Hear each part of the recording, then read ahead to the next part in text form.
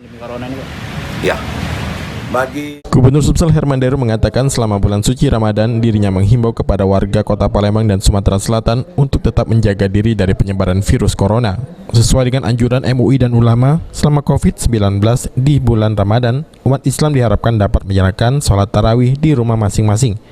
Herman Deru juga menambahkan untuk masalah pangan warga dirinya sudah menyiapkan selama bulan suci Ramadan bantuan melalui dinas sosial. Warga dapat melapor jika tidak kebagian dalam pendistribusian sembako, baik dari tingkat kecamatan, kelurahan, desa hingga RT dan RW.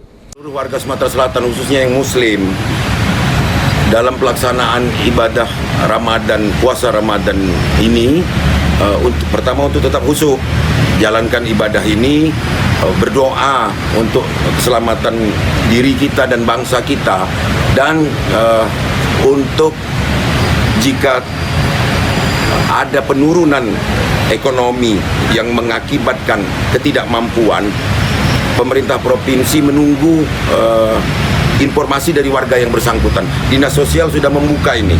Saya ingin mendata ini dan tentu akan kita suplai dengan kebutuhan pangan yang memadai.